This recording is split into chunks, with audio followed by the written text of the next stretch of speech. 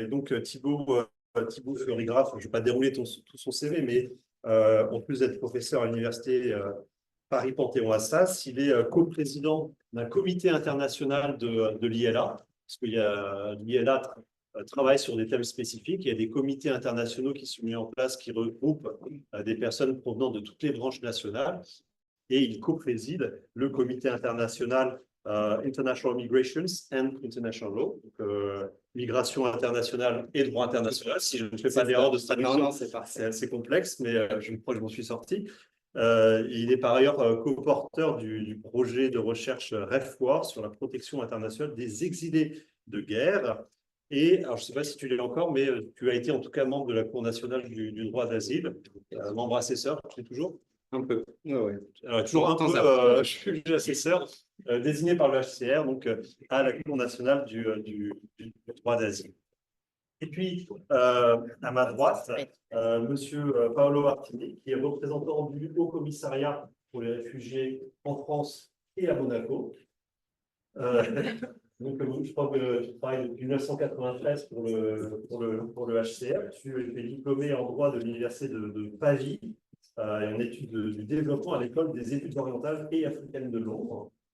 Et donc, Paolo Artini a été en poste dans de nombreux pays, Koweït, Mauritanie, Éthiopie, et c'est depuis 2018 donc, il est représentant du HCR en France. J'ai trop parlé, je ne dis plus rien, et donc je cède la parole à nos deux intervenants, et en premier lieu, Thibaut Fleury-Graff. Merci beaucoup, cher Franck. Merci d'avoir accepté le principe de cette conférence sur, je crois, une forme de gouvernance mondiale qui n'est pas extrêmement connue. Au-delà de ceux qui s'intéressent vraiment à la question, c'est donc ces forums mondiaux sur les réfugiés qui sont organisés à intervalles réguliers pour réunir un certain nombre, je vais y revenir largement, d'acteurs de cette question des réfugiés. Donc merci à l'ILA de nous accueillir, parce qu'on est accueillis aujourd'hui par l'ILA. Pour vous présenter un petit peu ce qu'il en est, je vais vous expliquer un petit peu, on va dire d'un point de vue théorique, comment ça se passe et pourquoi c'est un forme intéressant du point de vue du droit international et des relations internationales. Et puis de laisser ensuite Paolo, et je remercie vivement d'avoir accepté notre invitation de présenter les choses d'un point de vue un petit peu plus pratique. On peut commencer par un texte qui est important et fondateur quand on évoque la question des migrations et des réfugiés. C'est la déclaration de New York en 2016 qui, dès les premières lignes, dit que la migration est un phénomène global qui appelle une réponse globale. Donc, on a tout de suite posé cette idée d'une gouvernance mondiale, d'une gouvernance globale des migrations. Et cette déclaration va aboutir à l'adoption de deux pactes. Vous avez peut-être entendu parler à l'occasion. Pacte mondial sur les migrations et pacte mondial sur les réfugiés. Et déjà, dans leur processus d'adoption, ces pactes sont assez intéressants parce que ce sont des pactes qui résultent de négociations, de consultations, auxquelles ont participé évidemment les États, mais auxquelles ont participé aussi des acteurs de la société civile, des acteurs publics, des acteurs privés, 18 mois de consultation autour de réunions régionales, avec des parlementaires, des ONG, des universitaires, des représentants d'institutions locales, etc., etc. On a eu le même processus pour les deux pactes de consultation très, très généreux. Mais ce que vont faire aussi les pactes, et c'est ça qui est intéressant ici, c'est qu'ils vont instituer cette forme de gouvernance globale. C'est ce que la déclaration de 2016 invitait à faire, parce qu'elle invitait le secteur privé et la société civile, y compris les organisations de réfugiés et de migrants, à participer à la gouvernance en la matière. Et ensuite, elle dressait une liste, des autorités nationales et locales, des organisations internationales, des institutions financières internationales, les partenaires de la société civile, le secteur privé, les médias, les réfugiés eux-mêmes. Vraiment, près de tout le monde qui est invité à participer à cette gouvernance en matière de réfugiés. Alors, c'est une belle pétition de principe, c'est quelque chose qui est intéressant, qui est, je crois, assez original, mais ça pose quand même un défi assez important et assez difficile à relever, qui est qu'on est dans un domaine migration et réfugiés, où la souveraineté de l'État est extrêmement prédominante. Il suffit, je crois, d'allumer sa radio, j'ai envie de dire malheureusement, pour se rendre compte que la souveraineté est partout en la matière, pas toujours dans sa meilleure facette. Et ça pose donc la question de savoir comment on allie cette prétention de l'État, prétention régalienne, prétention souveraine à réguler les migrations et s'occuper des réfugiés, et la volonté dans la déclaration MIA d'avoir une réponse globale qui allie une multiplicité d'acteurs. La réponse qui va être proposée par les pactes est double. C'est à la fois une réponse matérielle, substantielle, des règles juridiques, politico-juridiques. Les pactes, ce sont des résolutions de l'Assemblée générale, rien de contraignant, des grandes recommandations adressées notamment aux États. Donc d'abord par des règles substantielles, et ensuite par cette institution un petit peu spécifique qu'est le Forum mondial sur les réfugiés, Global Refugee Forum. Sur le fond, d'un point de vue substantiel, une différence assez intéressante entre le pacte mondial sur les migrations et le pacte pour les réfugiés. Je suis allé rechercher les références à la souveraineté dans les deux pactes. Dans le pacte sur les migrations, il y a 3 références à la souveraineté de l'État, toujours pour insister sur l'importance centrale de la souveraineté. Paragraphe 7, le pacte respecte la souveraineté des États. Paragraphe 15, on réaffirme au titre des principes directeurs le droit souverain des États de définir leur politique migratoire.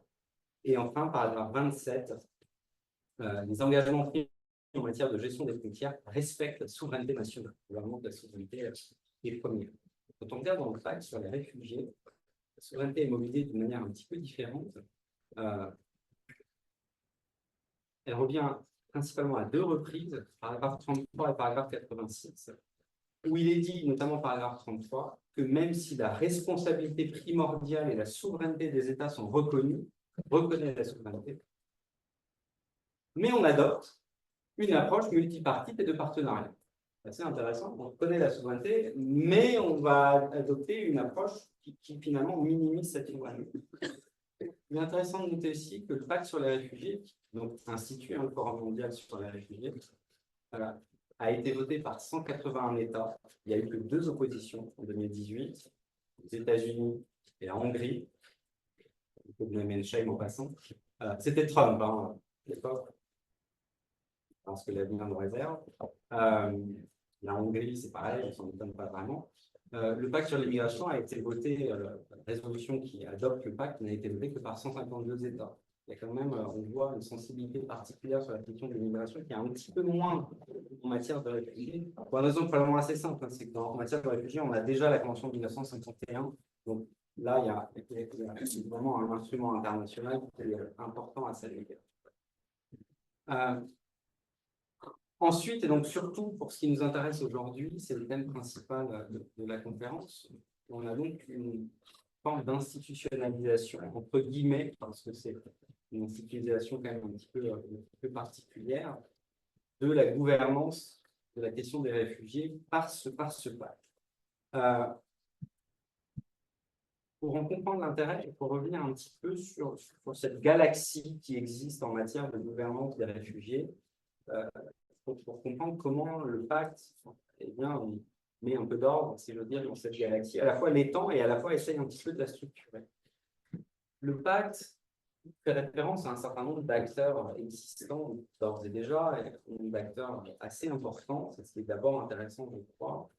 Alors évidemment, le HCR, absolument central de cette affaire, l'OIM aussi, l'Organisation internationale pour la migration, mais aussi les institutions financières internationales, dont le rôle est mis en avant à divers titres, les fonds de l'UNICEF, de l'UNESCO, en matière d'éducation évidemment, l'Organisation mondiale pour la santé, l'Organisation des Nations unies pour l'alimentation et pour l'agriculture, ou encore l'Organisation internationale du travail. Sur les États aussi sont mentionnés, ça va de soi. Évidemment, pas surpris que les organisations internationales soient mobilisées quand on parle de gouvernance mondiale. Il n'en reste pas moins, on le voit, qu'il y a énormément d'organisations internationales qui sont mentionnées ici. Mais comme on parle de gouvernance, eh bien, on parle donc aussi d'autres acteurs un peu plus spécifiques et qui sont plus émergents, on va dire, dans la société internationale. Et je le disais, la déclaration de 2016 invitait les acteurs du secteur privé, la société civile, les organisations de réfugiés, à mettre en œuvre les engagements qu'on trouve dans le pacte. Et la société civile est notamment appelée dans le pacte, pacte sur les réfugiés, à évaluer les forces et les besoins des réfugiés, à contribuer à la planification en la matière ou encore à renforcer les capacités, notamment d'accueil des réfugiés. Puis on mentionne aussi le secteur privé, disons, comme les entreprises, les syndicats, mobilisés dans le soutien à l'emploi, dans le soutien à la main-d'œuvre, à la mobilité de la main-d'œuvre, et les ONG qui sont désignés comme acteurs de l'humanitaire et mentionnés notamment pour leur rôle dans les pays de transit des réfugiés. On pourrait multiplier la référence à ces acteurs parce qu'ils sont vraiment très nombreux à être mentionnés. Deux précisions avant d'en revenir plus précisément au forum. Il y a certains acteurs, vraiment pour vous montrer la diversité, qui sont peut-être moins attendus, notamment en France. On n'a pas l'habitude, je crois, de mentionner ces acteurs. Les acteurs confessionnels sont mentionnés par le pacte comme étant des acteurs de la gouvernance globale en matière de réfugiés. Les communautés, quasi un gros mot quand même en France. Donc, là, on voit que le pacte, ces pactes avaient provoqué une espèce d'hystérie du côté de l'extrême droite en France à l'époque. Aller revoir un petit peu les débats.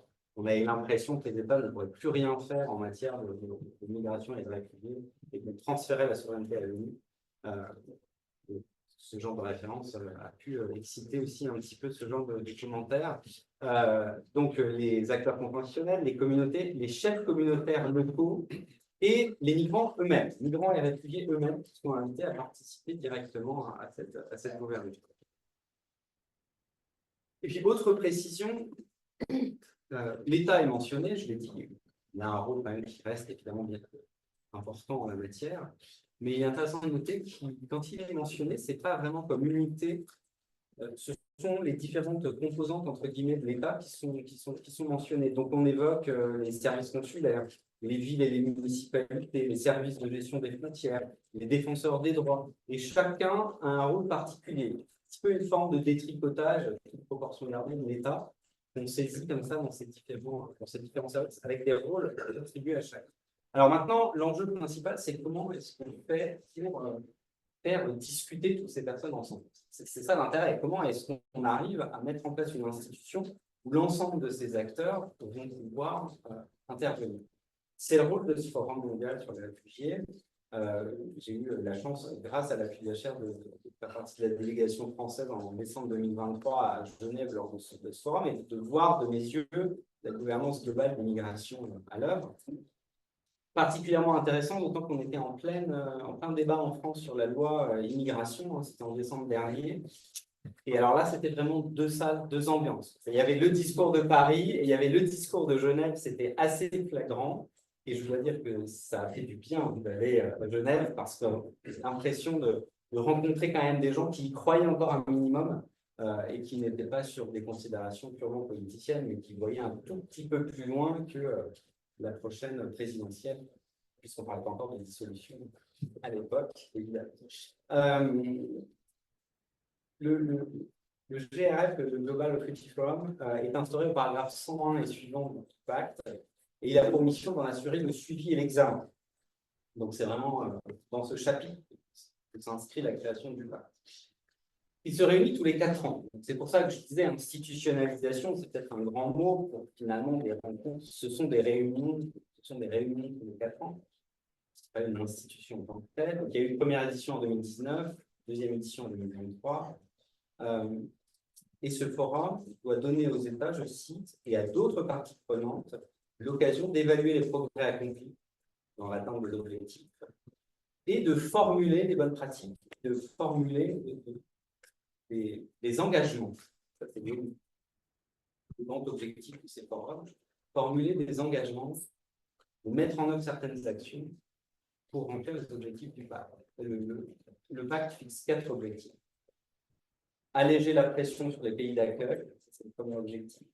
Renforcer l'autonomie des réfugiés, élargir l'accès aux solutions dans les pays tiers et favoriser les conditions de retour en toute sécurité. Et lors des forums, toutes ces parties prenantes que j'ai citées se réunissent. Donc, vous avez les représentants des États, 163 représentants, 163 États représentés au forum à Genève en 2023, et des représentants des réfugiés, des ONG, des entreprises, de la société civile, des syndicats, tous ceux que j'ai cités, puisqu'il y avait 4000 participants à Genève, qui venaient de partout dans le monde, et qui se sont rencontrés. Vous aviez à la fois une salle, une sorte d'assemblée générale avec les représentants des États qui formulaient leurs engagements, et vous aviez par ailleurs un grand nombre de rencontres entre ces différents acteurs pour formuler les engagements et voir si les précédents formés en 2019 avaient été respectés. Donc, 168 gouvernements et 427 organisations qui ont participé à ce forum en 2023. 1750 engagements qui ont été pris. Ça, c'est le petit document du HCR qui résume un petit peu les choses. Et vous voyez, un tiers d'engagements pris par des États, 2 tiers par des acteurs non étatiques. C'est vraiment les acteurs non étatiques qui ont pris le plus d'engagement. Les villes, ils sont assez bien représentés. 100 villes et gouvernements locaux, donc régionaux et départementaux, qui ont pris des engagements en matière d'intégration des réfugiés. Et 116 organisations qui se sont engagées à fournir 1 million d'heures de conseils juridiques pro bono pour aider les réfugiés dans leur parcours d'exil et dans leur protection. Juste pour terminer et comparer en 2 mots cette forme de gouvernance les autres formes de gouvernance qui peuvent exister, parce qu'il y a quand même des choses qui sont proches. La plupart des engagements sont ce qu'on appelle des engagements multipartites. Donc, 8 sur 10 sont des engagements multipartites, c'est-à-dire différents types de partis, donc des représentants d'État, des ONG, etc., qui vont s'engager sur un objectif. Je donne un exemple simplement pour que vous vous rendiez compte de quoi il s'agit. Vous avez ici les 40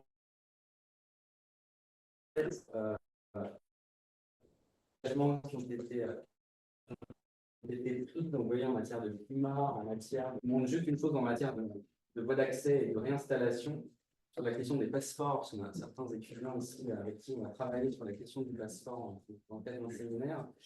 Donc là, vous avez les engagements qui sont pris, un petit résumé, et ensuite, vous avez l'ensemble des engagements qui ont été pris par les différents acteurs. Vous voyez ici, gouvernement du Sud, gouvernement du Uganda, etc., les différentes ONG. Et en allant dans le détail, on peut voir le type d'engagement que ces différents acteurs ont pris. Cette forme de gouvernance, je le disais, n'est pas d'autres qui existent un peu du même type. Il existe notamment depuis 2007 le forum sur les migrations et le développement, qui cependant est assez différent dans la mesure où il est beaucoup plus informel et où il n'y a pas cette logique d'engagement aussi poussée, de suivi des engagements, comme ça existe dans le cadre du Global Refugee Forum.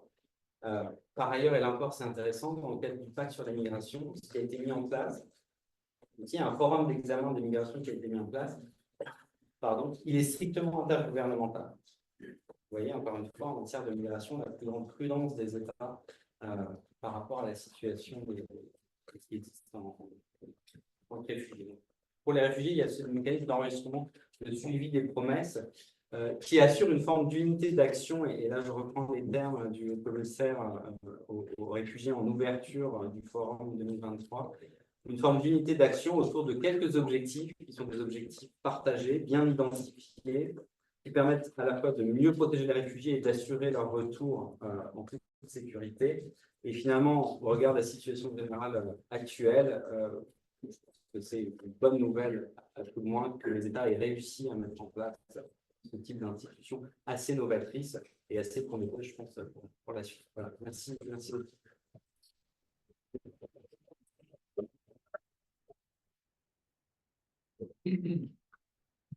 Oui, merci beaucoup. Oui, Carla. Merci, Franck, pour la présentation et Thibaut. Voilà, présentation très complète du forum et du PAC avec une approche juridique. Donc, je vais donner un peu l'approche pratique. Non, parce que j'ai oublié mes études de droit international, mais aussi parce que le pacte et le forum ont un peu changé les choses, la façon de travailler du RSO. Donc, un peu à game change. Je vais vous expliquer un peu pourquoi. Et en commençant avec quelques mots par la situation du déplacement forcé. Donc, vous savez, 120 millions de déplacés de force dans le monde, c'est le chiffre de 2023. Des réfugiés, sont 43 millions, mais la plupart sont des déplacés à l'intérieur de leur pays, donc 68 millions. Donc, c'est énorme. Il faut souligner que la majorité des déplacés de force restent tout près des pays d'origine, des régions où il y a les crises humanitaires. Et ces pays sont, bon, partout des pays en développement, mais avec des revenus faibles, une nouvelle formule. Donc, ça, c'est important parce que on a toujours l'impression que tout le monde vient en Europe pour pays occidentaux. Donc, c'est un peu ça le point de départ du pacte. Pour voir, il faut une solidarité avec les pays. C'est le premier objectif du pacte qui accueille la plupart des réfugiés. Et le point de départ du juridique, c'est, comme vous l'avez dit, la Convention de Genève de 1951 sur le statut des réfugiés. Et si vous lisez le préambule de la Convention, il y a un considérant qui dit qu'il peut résulter de l'octroi du droit d'asile des charges exceptionnellement lourdes pour certains pays. Donc, il y avait déjà des visionnaires, ceux qui ont écrit la Convention, l'idée que des pays accueillent plus, sont confrontés avec des charges exceptionnelles. Et donc, on ne peut pas s'en sortir, du pacte juridique, sans une solidarité internationale. Donc, le principe fondamental du pacte mondial sur les réfugiés, c'est la nécessité de solidarité internationale entre les pays. Bon, ce sont des catégories qui sont souvent utilisées, les pays donateurs d'un côté, les pays hôtes, les pays qui hébergent les réfugiés de l'autre. Donc, il faut vraiment une collaboration.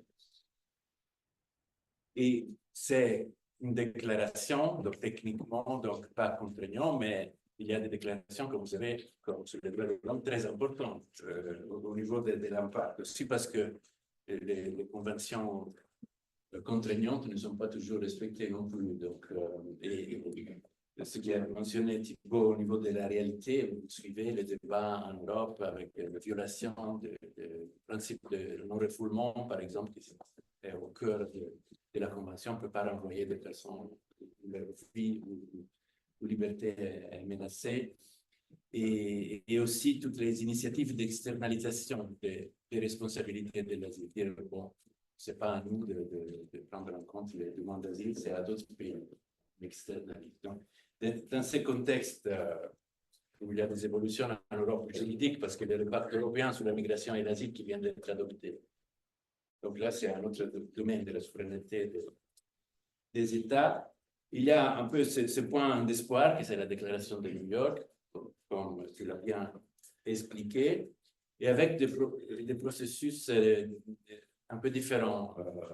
Pour le HCR et pour le pacte sur les réfugiés, c'était un processus vraiment centré. Notre siège est à Genève comme débat, c'était un processus itératif, c'est-à-dire qu'il y avait eu beaucoup de réunions pour négocier mot par mot le pacte mondial sur les réfugiés. D'ailleurs, c'était Volker Türk qui était le haut commissaire adjoint pour la protection qui a coordonné les négociations. Maintenant, il est haut commissaire pour les droits de l'homme.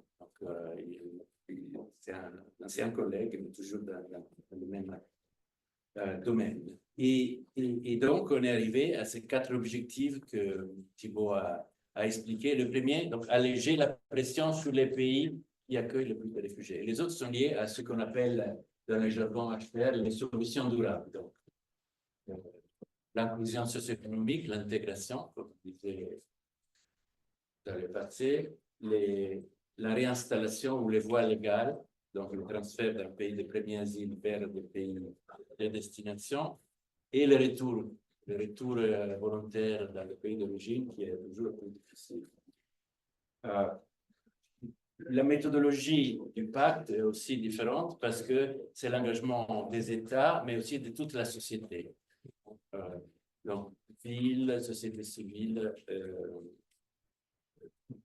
secteur privé et des communautés hautes. Parce qu'on s'est rendu compte à travers l'action humanitaire qu'on ne peut pas, surtout dans des pays qui sont fragiles, où les réfugiés sont souvent hébergés dans des zones de frontières où il y a beaucoup de problèmes pour les populations locales, assister les réfugiés sans prendre en compte les besoins de la communauté haute. Et donc, c'est la communauté haute, à la fin, qui aide les réfugiés. Il faut aider les deux. Donc, c'est cette conscience qui est à la base du pacte. Et aussi, on ne peut pas se concentrer seulement sur la réponse humanitaire, donc donner à manger, fournir un abri, en oubliant la dimension développement, c'est-à-dire la nécessité d'inclure les réfugiés au niveau de l'accès aux services sociaux. Et donc, c'est vraiment l'inclusion, la priorité de ces objectifs, surtout par rapport à l'inclusion socio-économique. Et on peut dire qu'on est arrivé à la conscience qu'il faut pas seulement la réponse humanitaire dans les urgences, mais il faut aussi des actions de développement d'urgence. Donc, commencer tout de suite à inclure les réfugiés dans les systèmes nationaux. Et donc, sur la base du pacte, il y a eu deux forums vidéo. En 2019, nous avions organisé, c'est une petite anecdote, mais pour dire qu'il s'agit d'aider les pays qui sont confrontés avec la plupart des réfugiés, mais aussi de montrer ce qui est fait dans les pays d'asile, par exemple en Europe. Et donc, pour la France, on avait organisé un train de la solidarité qui est parti de Paris, allé à Bordeaux, Clermont-Ferrand, a fait quelques villes, avant d'arriver à Genève pour le Forum mondial 2019 pour montrer ce qui est fait en France au niveau de l'inclusion socio-économique des réfugiés. On aurait voulu que le train touche plus de villes, mais il y a eu des grèves avec la SNCF et après le Covid. Final. Mais c'était l'idée. Mais en 2023, c'était différent et spécifique. On doit parler de la musique de Paris, de la musique de Genève et de la cacophonie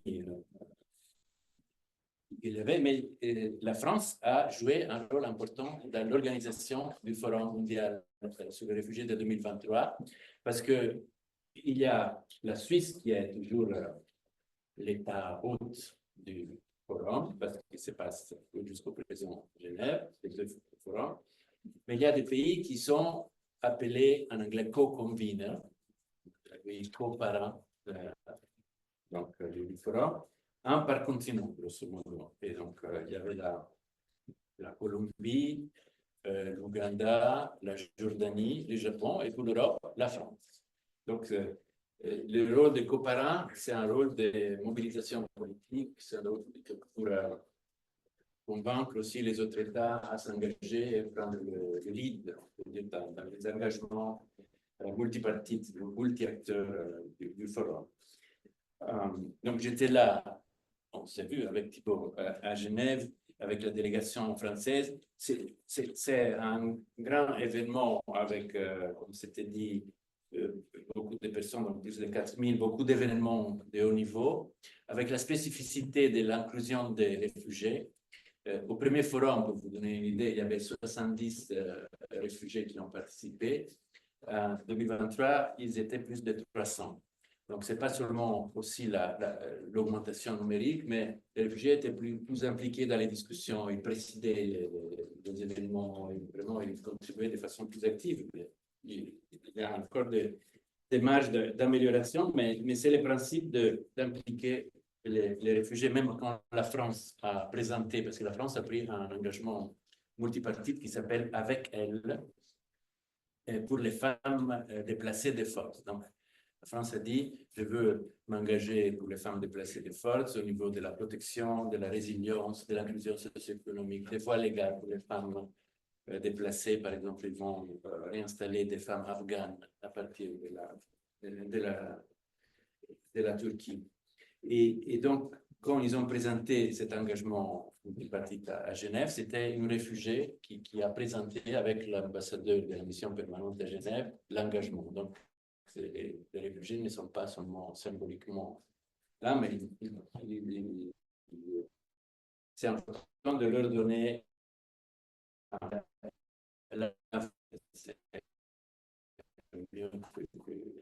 personnes, beaucoup d'événements. Et la plupart des engagements étaient relatifs à l'inclusion socio-économique. Donc, cet objectif de renforcer l'autonomie des réfugiés. Il y avait des engagements, par exemple, dans l'éducation, très important, parce que, bon, déjà, la moitié des réfugiés a des problèmes au niveau de l'accès à l'éducation, mais les problèmes augmentent si on passe de l'école primaire à l'école secondaire et surtout au niveau universitaire. Et donc, l'engagement pris au forum, c'est d'arriver maintenant, on est à 7% de réfugiés dans le monde qui ont accès à l'éducation universitaire. D'arriver en 2030 à 15%. Donc, un progrès limité, mais très important pour donner la possibilité à plus de réfugiés d'avoir accès à l'éducation. Il y a eu un engagement multipartite sur les sports. Bon, les sports, ça peut apparaître un peu périphérique comme sujet, mais c'est très important le sport pour l'accès au sport pour les réfugiés, pour les déplacés. Donc, il y a eu beaucoup d'organisations sportives qui se sont engagées avec les États. Vous avez vu pendant les Jeux Olympiques où il y avait une équipe de réfugiés qui a participé. Les 37, ils ont gagné pour la première fois une médaille des Jeux Olympiques. Et après aussi, ils ont participé avec une équipe de 8 personnes qui met 2 médailles aux Jeux paralympiques. Donc, d'une certaine façon, les réfugiés, les athlètes réfugiés représentaient un peu les 120 millions de déplacés de force, surtout ayant dépassé les obstacles liés au fait d'être réfugié et pour les Jeux paralympiques aussi le problème d'handicap. Donc, le sport, c'est vraiment un moyen pour renforcer la protection des réfugiés, pour aider dans l'inclusion socio-économique. C'est très important. De donner aux déplacés, imaginez des déplacés qui sont dans des camps ou dans des centres urbains, mais avec difficulté parce qu'ils n'ont pas un réseau communautaire qui les aide. Le sport, souvent, fait le pont et les aide à apprendre la langue, etc. Des engagements juridiques et académiques, parce qu'il y a, ça s'appelle GAIN en anglais, donc Global Academic Interdisciplinary Network. C'est donc un réseau académique mondial qui a été lancé, et parce qu'il y avait beaucoup d'académiques, et je suis très reconnaissant à Thibaut et à vous de parler du forum, parce que s'il y a, je veux dire, il y a beaucoup de professeurs et d'universitaires anglo-saxons dans le réseau qui animent, qui porte aussi cette diplomatie scientifique, on peut dire, dans les domaines humanitaires, mais c'est important d'avoir la voix francophone, et on travaille beaucoup avec l'agence universitaire de la francophonie, et Annick était aussi la représentante en France au Forum mondial sur les réfugiés. Donc, qu'est-ce qu'on fait maintenant? J'ai oublié de vous dire que ce n'est pas la conférence, la réunion, le forum. L'objectif, ce n'est pas de collecter des fonds. Donc, ce n'est pas ce qu'on appelle une pledging conference. Donc, ce sont des engagements pour faire des choses, pour changer de politique, pour avoir un impact. Des engagements qui doivent être smart, non concrets. Mais quand même, ils ont collecté plus de 2 milliards de dollars pendant le Forum mondial sur les réfugiés de 2023. Et donc, si on parle de gouvernance, ce qui est important, et je vais terminer sur cette note, sur le futur, c'est pas tellement le forum, c'est-à-dire la réunion, parce que ça se passe dans 3-4 jours, après il y a des événements avant, après, préparatoires, etc.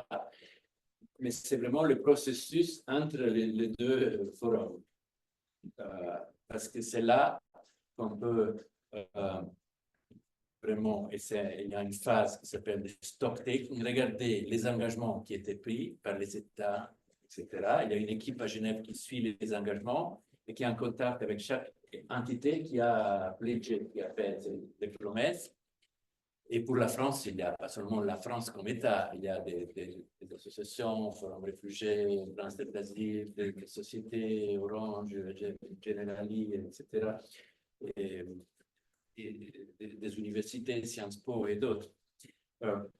Mais vraiment, ce qui est important est la concrétisation, l'opérationnalisation des engagements. Et donc, l'équipe de Genève, avec les bureaux pays, rappelle les engagements pris et avec des indicateurs aussi très concrets, mesurer ce qui a été fait pour aussi générer et nourrir d'autres engagements, parce que c'est une plateforme, aussi une plateforme digitale, vous avez vu, Thibault l'a montré, qui est ouverte. Donc, si vous voulez demain prendre un engagement, vous pouvez formuler, créer une coalition d'acteurs pour prendre cet engagement. Et donc, c'est vraiment le processus qui est important. Et la prochaine étape, à mi-chemin entre le forum de 2023 et le forum de 2027, c'est la prochaine, c'est une réunion de haut niveau à la fin de 2025. Donc, il y a une série de briefings au niveau de Genève de tous les acteurs pour voir les engagements pris, les nouveaux engagements, mesurer les progrès. Vraiment pour ne pas oublier pendant 4 ans ce qui a été promis et après se retrouver la prochaine fois. C'est pas ça l'idée. Et donc, c'est vraiment à nous tous, à vous tous aussi, toutes et tous, de faire vivre les engagements, voir comment la société civile peut contribuer à faire des choses en faveur des réfugiés. Voilà. Peut-être vous avez des questions. Merci beaucoup.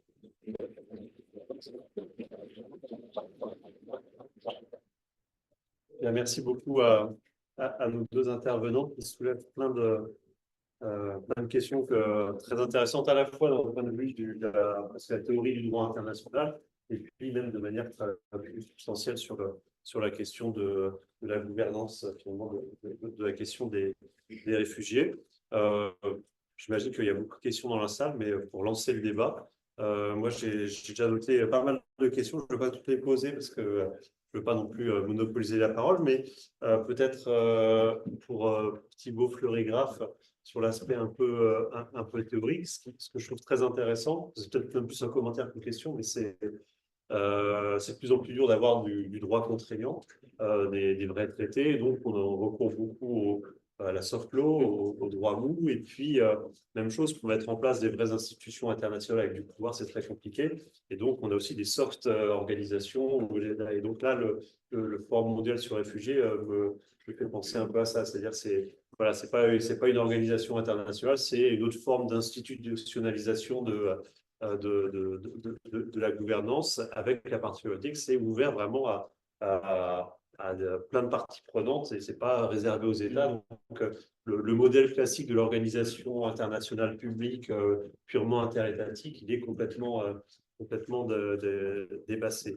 Donc, voilà, je trouve ça assez intéressant sur l'évolution finalement des mécanismes juridiques internationaux, mais c'est aussi sur l'affaiblissement de la norme internationale. Là, on est beaucoup finalement sur la force de persuasion ou l'émulation peut-être au sein du forum où voilà, on se réunit et puis voilà, on discute et on prend des engagements. Mais je trouve ça assez intéressant. Alors, ma question, est-ce que finalement dans tout ça, il n'y a pas quand même du droit dur, en tout cas des engagements fermes à travers justement la théorie de l'acte unilatéral en droit international? Est-ce que quand la France prend des engagements en matière de relocalisation des femmes réfugiées, par exemple? Est-ce que ça rentre dans la jurisprudence essai nucléaire? Est-ce que c'est un engagement qui crée une vraie obligation internationale pour la France? Et d'où l'importance aussi des mécanismes de suivi. Est-ce que la France tient ses engagements? Et dans ce cas, voilà, est-ce qu'on ne peut pas retrouver du droit en jeu finalement à travers la théorie des actes bilatéraux d'inter-obligation?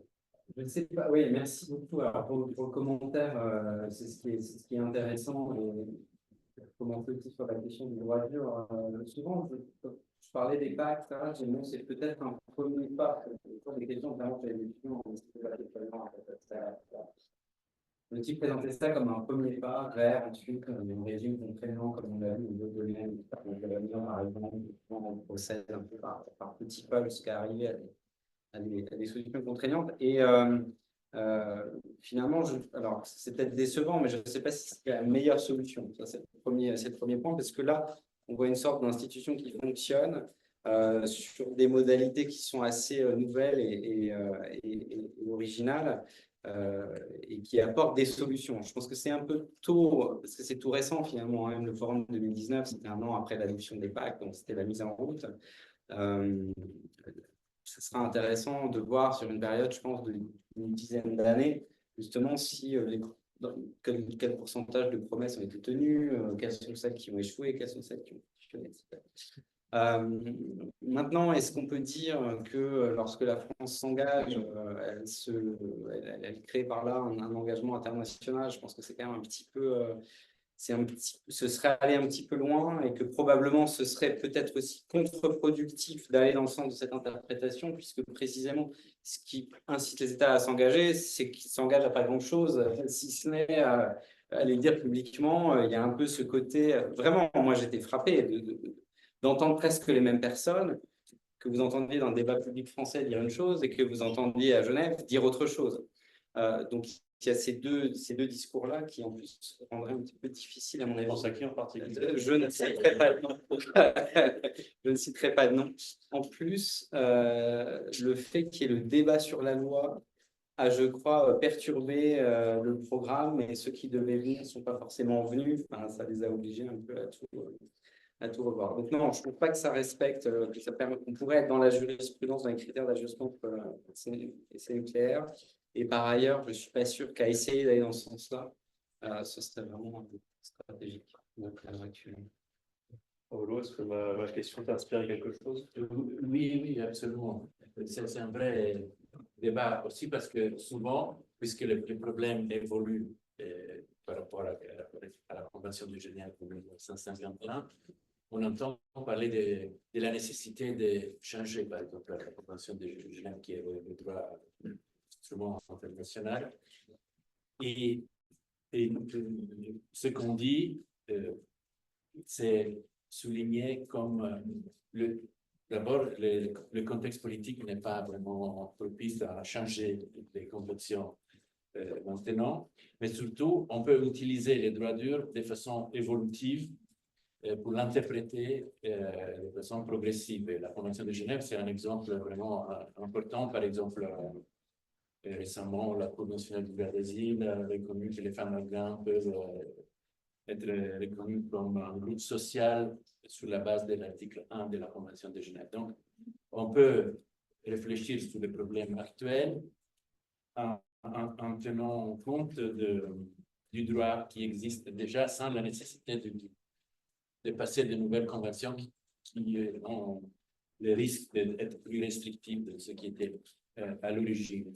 Mais pas seulement ça, ce que je trouve bien dans le forum, ce que j'ai trouvé intéressant, c'est que la posture des États change un peu.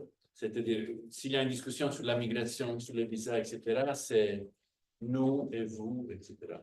Mais si, dans le contexte du forum, c'est un peu, c'est plus un plan d'égalité et de collaboration. Par exemple, l'OFPRA a décidé, qui est la première instance pour les demandes d'asile en France, a décidé de collaborer avec le Niger, après le Niger, et maintenant avec le Tchad, pour partager l'expertise française avec cet État. Donc, ce n'est pas voilà, une négociation, c'est vraiment une collaboration pour voir ce qui peut être fait ensemble pour résoudre vis-à-vis des problèmes qui sont très complexes et qu'on ne peut pas résoudre seul.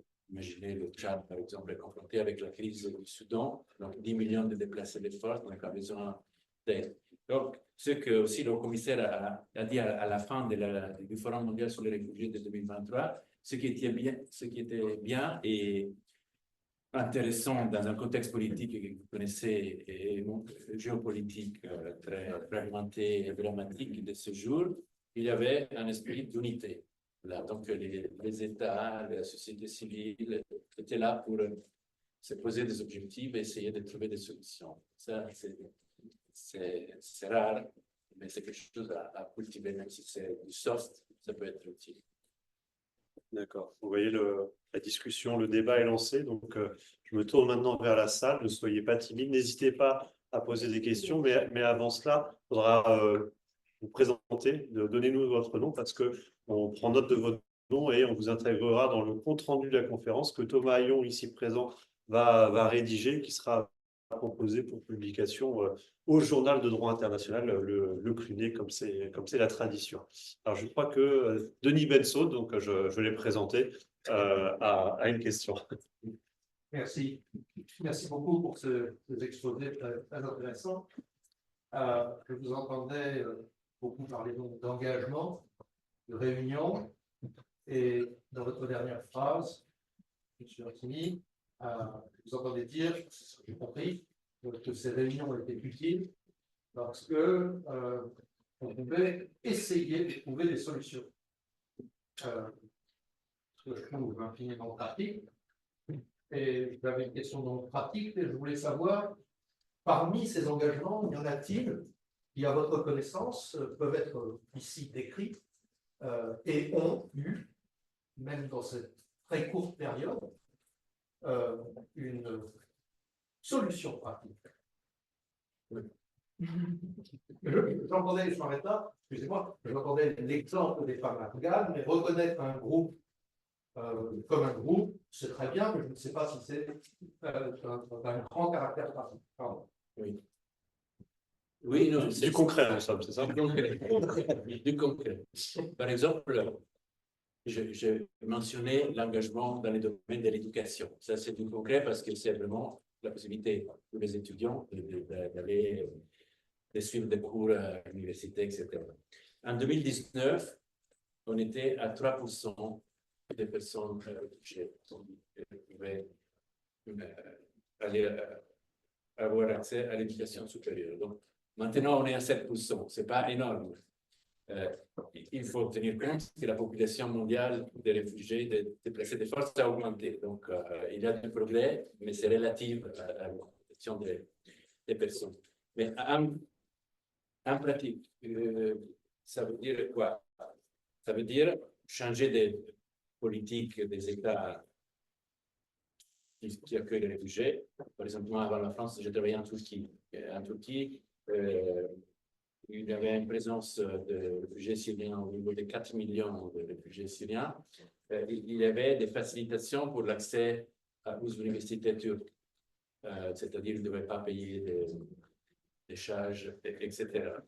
Une autre chose concrète, mais au niveau très petit, sont les couloirs universitaires pour les étudiants réfugiés. Par exemple, ici, avec le soutien du ministère de l'Éducation supérieure, on a lancé un petit couloir universitaire avec la possibilité pour, on parle d'une quinzaine chaque année, des réfugiés qui sont dans des pays de premier asile, ça peut être la République centrafricaine, etc., de venir en France pour suivre des cours de master avec le soutien des universités, des bourses d'études, c'est avec l'Agence universitaire de la francophonie. Il y a le réseau MENS de l'université en France aussi qui a fait de l'inclusion des universités françaises des réfugiés une priorité des réfugiés immigrants, donc des réfugiés qui arrivent spontanément pour donner la possibilité d'étudier. Donc, vous voyez, c'est du concret, ce sont des petits pas, mais c'est une direction qui montre que ce sont les universités, c'est le secteur privé qui peut financer certaines initiatives et ce sont les autorités publiques qui peuvent apporter à des changements. Ce que j'ai vu changer aussi entre 2019 et 2023, c'est l'implication des institutions financières au niveau de la thématique des déplacements forcés, c'est-à-dire des organismes comme la Banque mondiale ou d'autres institutions financières pour lesquelles le sujet des réfugiés est un sujet humanitaire, donc des réponses rapides. Ils ont compris, ils ont ouvert des fenêtres pour donner donc pour des initiatives d'aide d'urgence au niveau de l'inclusion des réfugiés, donc du développement. Et donc, le fait que les institutions financières contribuent à la réponse humanitaire en injectant la dimension développement et inclusion par rapport à l'accès aux droits sociaux, c'est aussi un changement, un paradigme shift important. Donc, c'est du concret à petits pas, mais malheureusement, dans notre domaine, ce sont les petits pas qui font la différence. Par exemple, dans le domaine du sport, nous avions une petite équipe à Rio ou à Tokyo qui s'engageait dans les Jeux olympiques des réfugiés. Maintenant, c'est devenu, vous avez vu peut-être de la communication, c'est important, dont l'espoir à beaucoup plus de réfugiés montre que les réfugiés contribuent de façon positive. Donc, ce sont des changements aussi dans la perception des réfugiés et de leur rôle dans les pays d'accueil. C'est difficile de mesurer tout ça, mais avec l'OCDE, l'OCDE nous aide pour vraiment identifier des indicateurs économiques et concrets pour mesurer le progrès d'un forum à l'autre. Donc, on est bien conscient qu'il faut mesurer et être. Pardon, je complète très rapidement. Paolo parlait tout à l'heure de l'initiative avec elle. Alors, c'est écrit très petit. Deux choses que j'ai sur les pledges de la France. Là, vous avez le programme Univers, qui est un programme de développement des couloirs universitaires dont Paolo a dit un mot. Mais si je fais ça, j'ai peur que ça... Voilà, bon. C'est pas très user-friendly, mais voilà. Donc, où la France propose, dans le cadre d'un programme multipartite, de mettre en place des systèmes pour accueillir dans les universités françaises des personnes qui sont réfugiées dans d'autres pays et pour les faire venir directement. Donc, ça, très concrètement, j'y ai un petit peu contribué il y a 2 ans quand j'étais à l'Université Paris-Saclay. Très concrètement, ça a permis de faire venir des étudiants en Master 2. Donc là, voilà, on a très clairement, avec l'aide de l'Agence pour la francophonie qui va être mentionnée à quelque part. Et puis, l'autre exemple d'une personne que j'avais rencontrée justement à Genève dans le cadre de...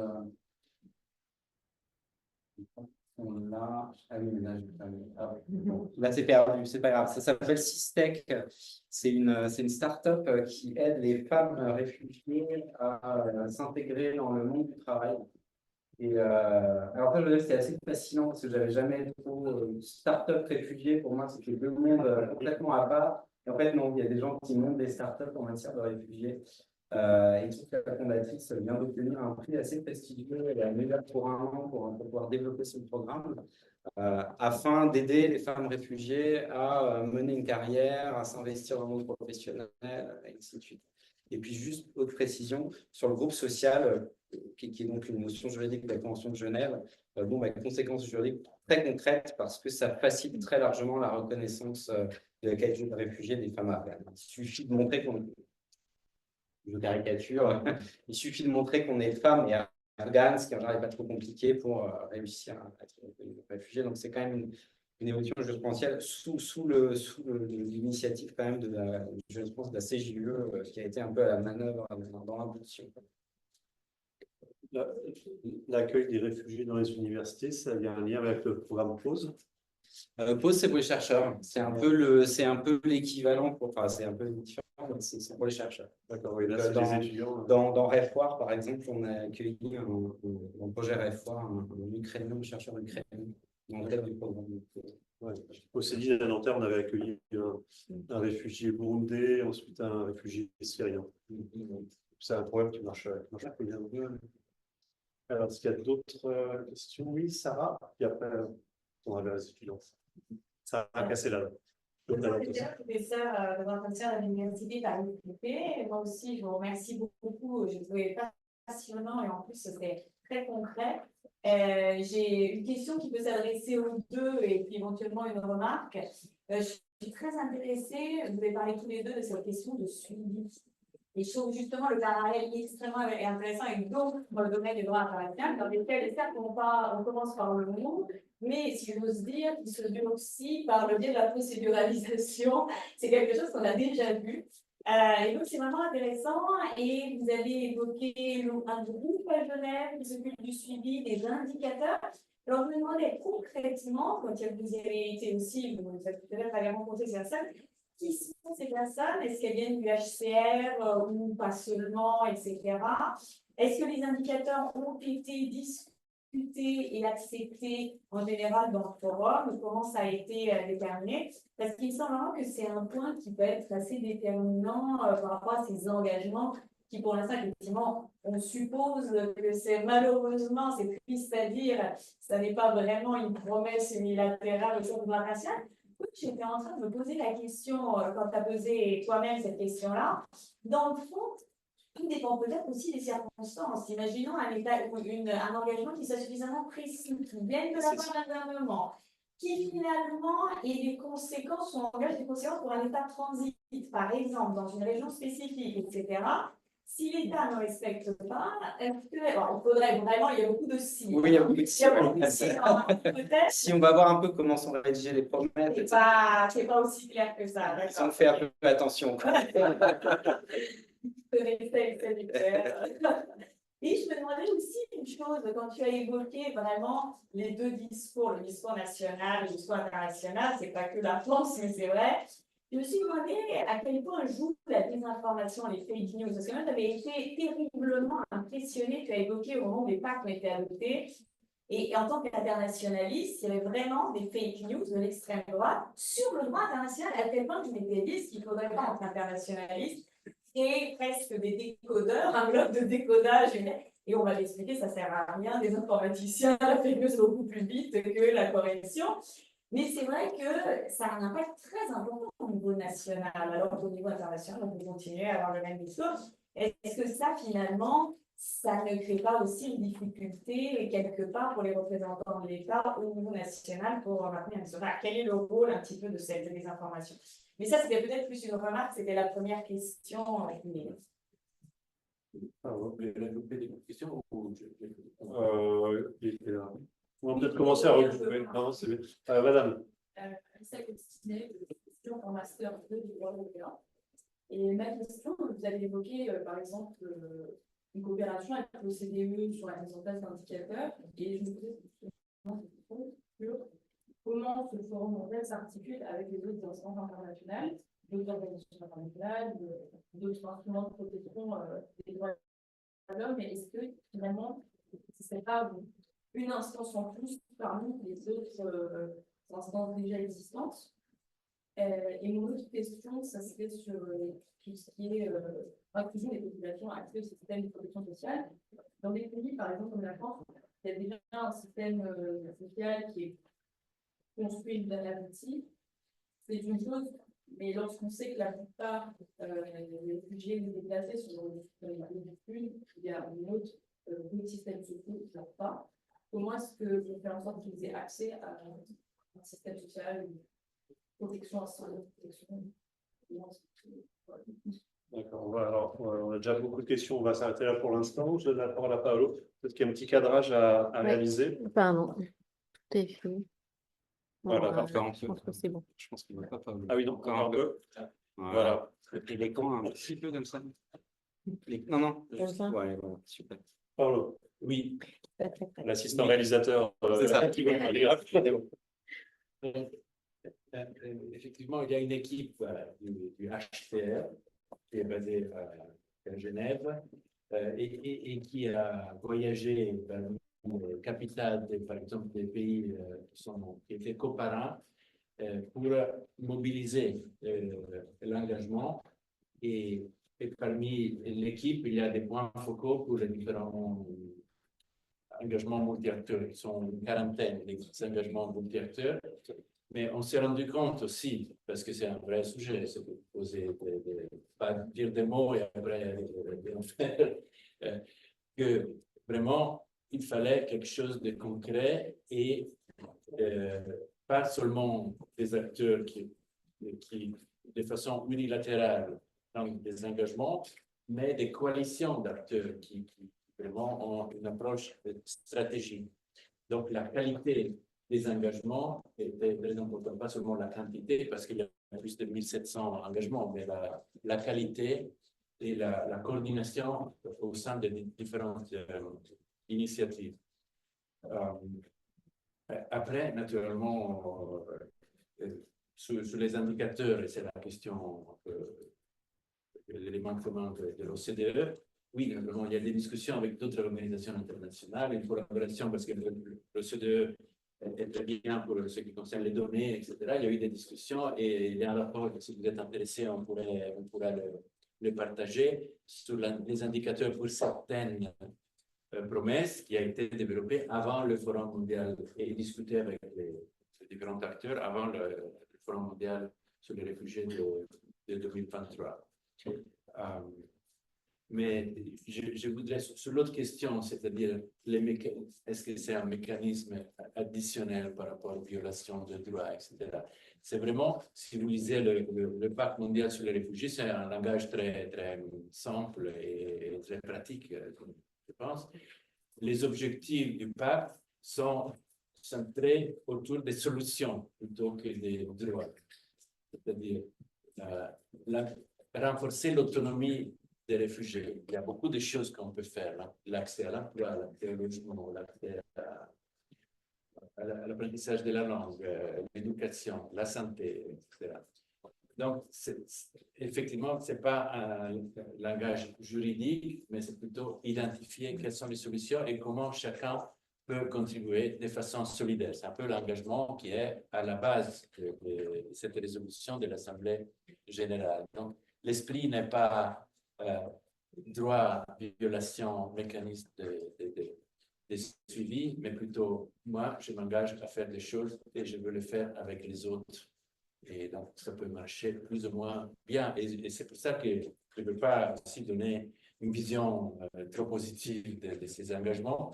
Au contraire, on a besoin de vous tous pour dire, ah, voilà, la France a dit qu'elle s'engage pour les femmes déplacées. Qu'est-ce que vous avez fait sur ça? Nous avons des idées. Est-ce que vous êtes vraiment sensible à cette diplomatie féministe? Oui. Et donc, nous voulons nous engager, comme a fait SISTEC, comme on fait d'autres organisations françaises, sur cet engagement et contribuer. Donc, c'est un peu l'esprit, dire c'est volontaire, c'est un engagement, vous voulez trouver des solutions, travaillons ensemble, plutôt que juridique et... Donc, on est dans le domaine de la politique et pas du droit. Oui. Après, on peut voir pour répondre à votre question sur l'articulation, je pense qu'on peut voir le pacte et le forum comme un ensemble de propositions et de solutions pour mettre en œuvre les droits en général, les droits de l'homme en général, notamment lorsqu'il s'applique aux réfugiés. Donc c'est un peu ça, hein. Le pacte n'invente rien, le pacte ne crée pas de droits, le pacte rappelle les droits des réfugiés.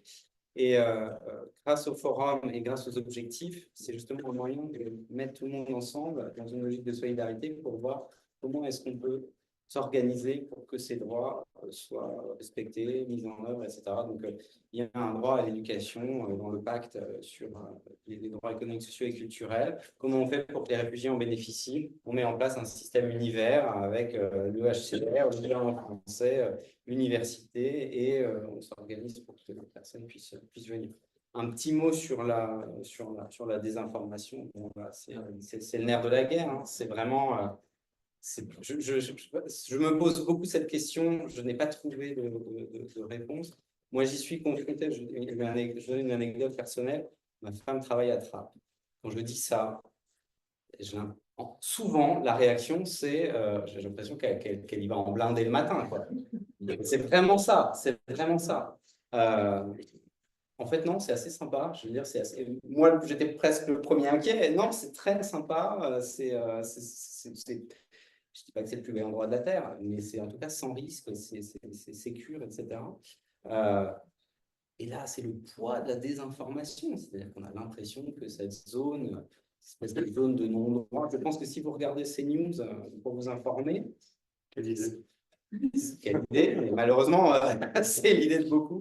Peut-être pas ici, mais c'est le problème aussi. C'est pour ça, tu vois, les blogs de désinformation, je trouve ça très bien, les surligneurs et ainsi de suite. Pour moi, le problème, c'est que ne lisent ces choses-là que des gens qui savent, voilà. Donc, ça peut aider les journalistes et ainsi de suite. Maintenant, comment... Moi, c'est le type qui regarde CNews que je veux toucher, quoi.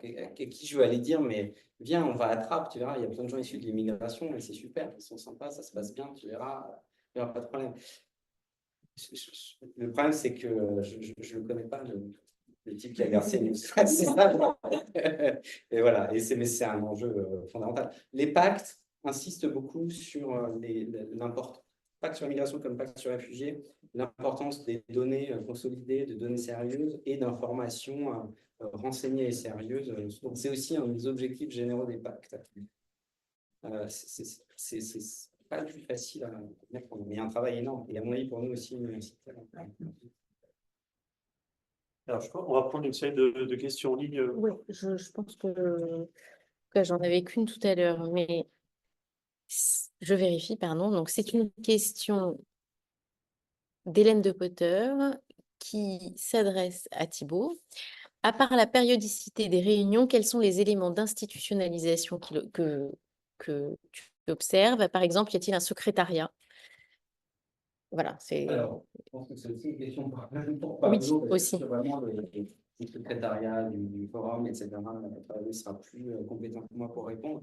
Il n'y a pas vraiment d'autres institutionnalisations. Il y a d'autres mécanismes qui sont créés. Il y a le groupe d'appui en matière d'asile, notamment, qui est créé par le pacte, qui peut être sollicité par les États dans certaines circonstances spécifiques. Sinon, il n'y a pas d'institution permanente prévue dans le pacte, à ma connaissance.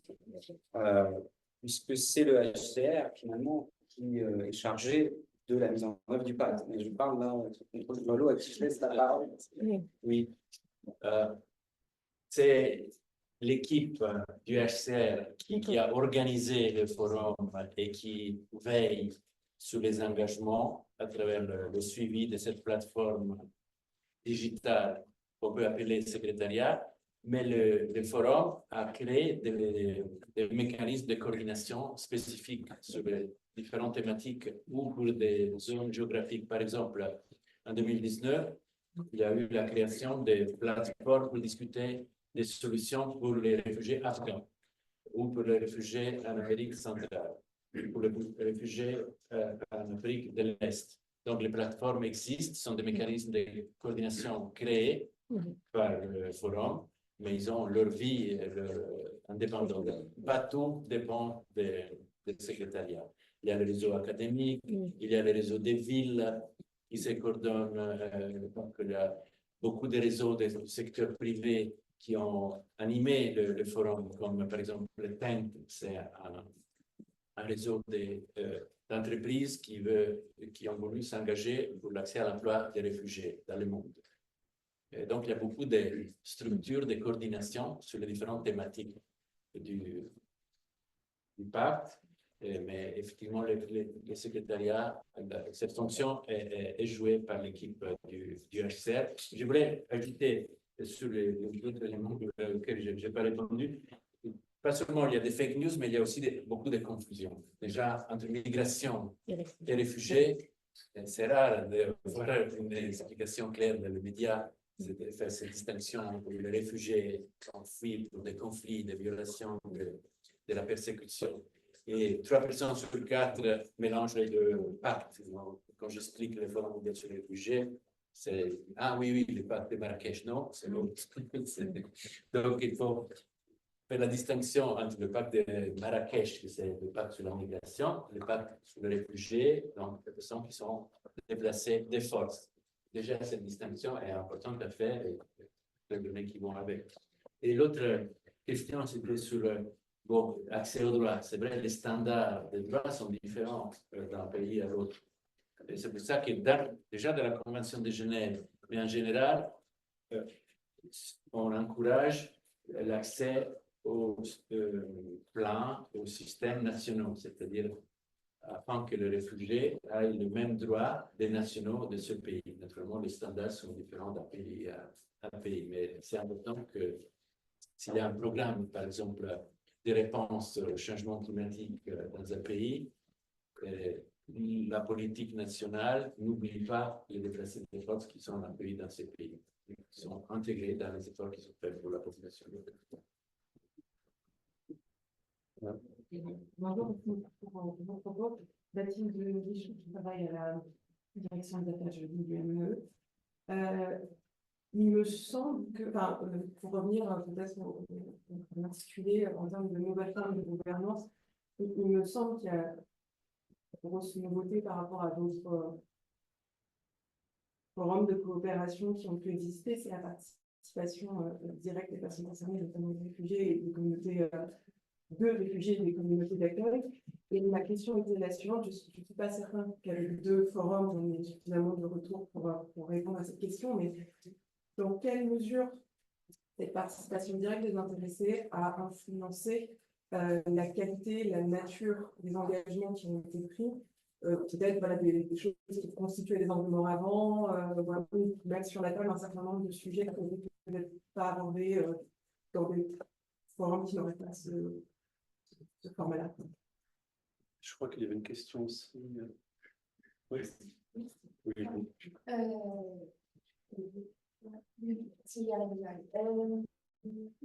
J'avais une question. On a beaucoup parlé du caractère. Oui, là, c'est. Je suis désolée, c'est le droit de la publique à l'université alimentaire. Rappelez votre nom de famille pour. J'avais une question qui paraît peut-être un petit peu naïve, parce que j'avoue que je découvre un petit peu le sujet aujourd'hui, la gouvernance mondiale sur les centres de réfugiés. Mais je me posais la question sur le caractère un peu contraignant des engagements qui ont été pris par les États et les acteurs. Est-ce qu'il y aurait pas une solution qui passerait par notamment l'Union européenne? Vous avez parlé, il me semble, monsieur Frédéric, de l'Agence France de CGE. Est-ce que l'association des institutions de l'Union européenne et les engagements, même les idées qui peuvent être issues des forums, ne pourraient pas contribuer à la création de règlements de directives qui pourraient, dès lors, devenir contraignantes et être imposées aux États, au moins au niveau de l'Union européenne, et peut-être est-ce que ça a été déjà fait sur des exemples. Est-ce que lui participe au forum aussi? Qui veut penser? Oui, pour la question de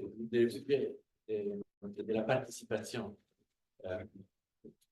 Oui, j'avais mentionné l'augmentation du nombre de participants, mais effectivement, ce qui est important, c'est le rôle de l'équipe. Et j'ai vu qu'il y a eu beaucoup de préparation et d'engagement des réfugiés sur des thématiques concrètes. C'est-à-dire, en préparation du forum, les réfugiés n'étaient pas invités comme bénéficiaires d'un dispositif, mais plutôt comme experts. Donc, il y a eu tout un système pour postuler pour être impliqué, mais aussi une division de rôle et même une participation aux discussions qui étaient très actives. D'ailleurs, il y avait des représentants étatiques qui étaient un peu déstabilisés du fait que c'était les réfugiés qui présidaient, qui donnaient la parole, etc., et donc qui pouvaient faire les conclusions. Donc, c'est vraiment, ils étaient au cœur des discussions. Malgré ça, les réfugiés voudraient aller au-delà. Les représentants des réfugiés voudraient avoir un rôle encore plus actif et faire la différence entre les et la direction. On a une production, mais beaucoup plus être fait. Voilà. Et l'autre question, c'était l'Union. Oui, Parce que c'est important de ne pas considérer le forum, le parc comme quelque chose de séparé, qui a sa vie indépendante. Parce que l'objectif, effectivement, c'est d'influencer les personnes qui prennent des décisions politiques. Donc, par exemple, dans le sommet G7, il y a eu la mention du Pacte mondial sur les réfugiés, du Forum mondial sur les réfugiés. Donc, c'est important, influencer les politiques au niveau global et au niveau européen. L'Union européenne a participé, notamment la Commission européenne, au forum.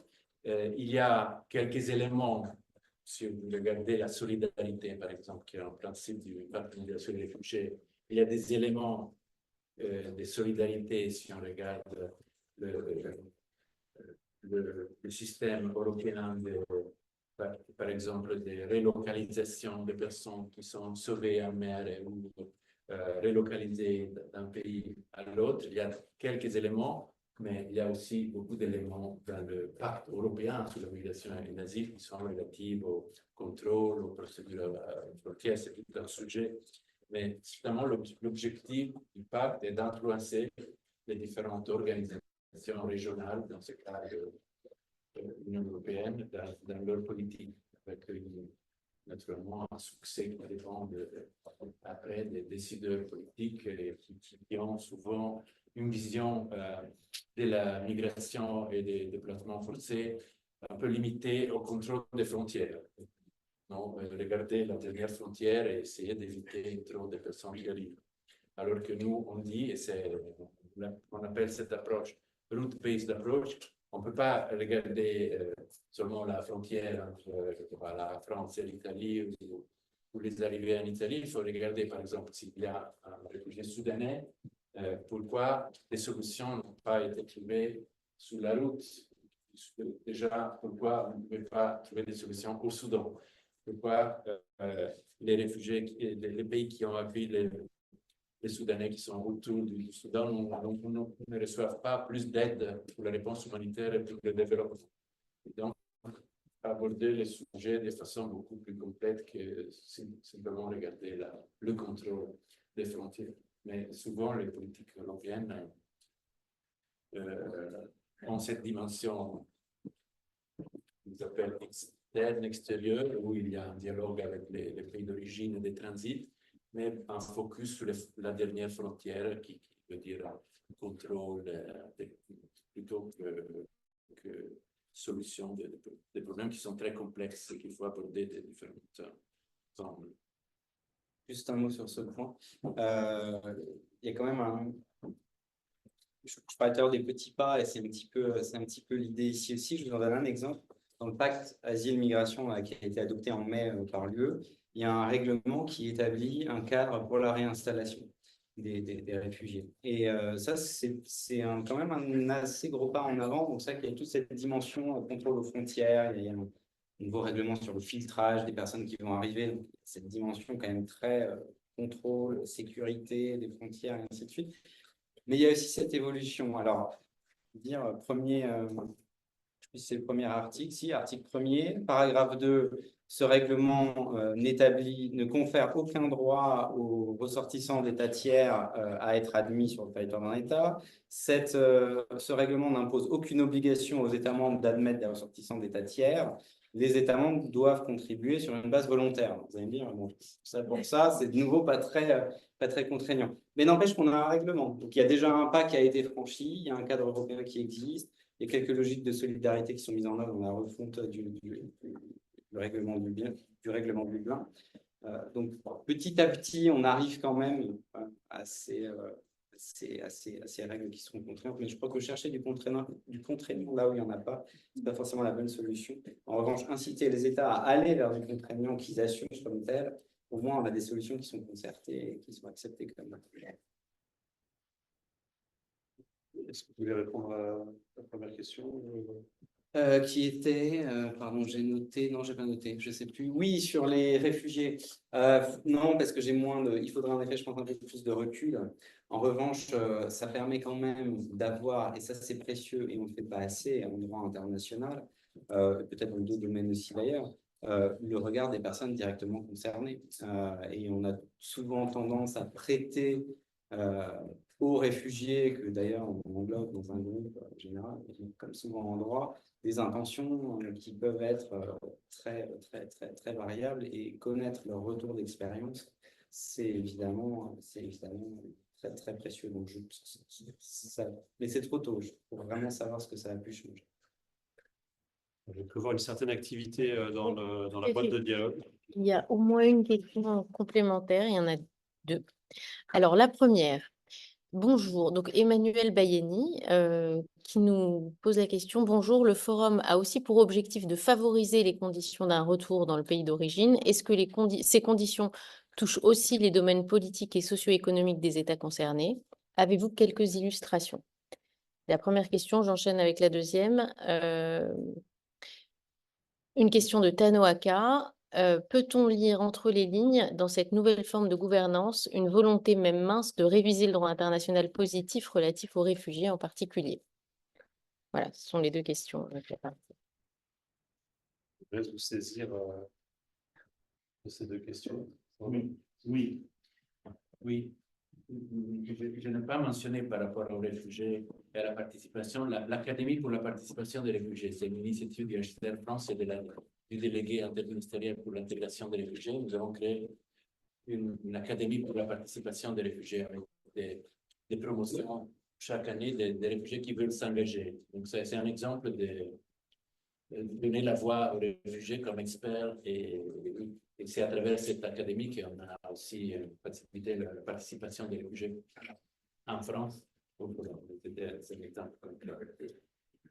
Donc, pour ce qui concerne le retour, oui, c'est donc, j'ai mentionné les trois solutions: intégration, voie légale et retour. Dans beaucoup de contextes, c'est la solution préférée par les réfugiés, parce qu'ils ont quitté leur pays, ils ont quitté leur maison, leur communauté, ils veulent rentrer. Et moi, dans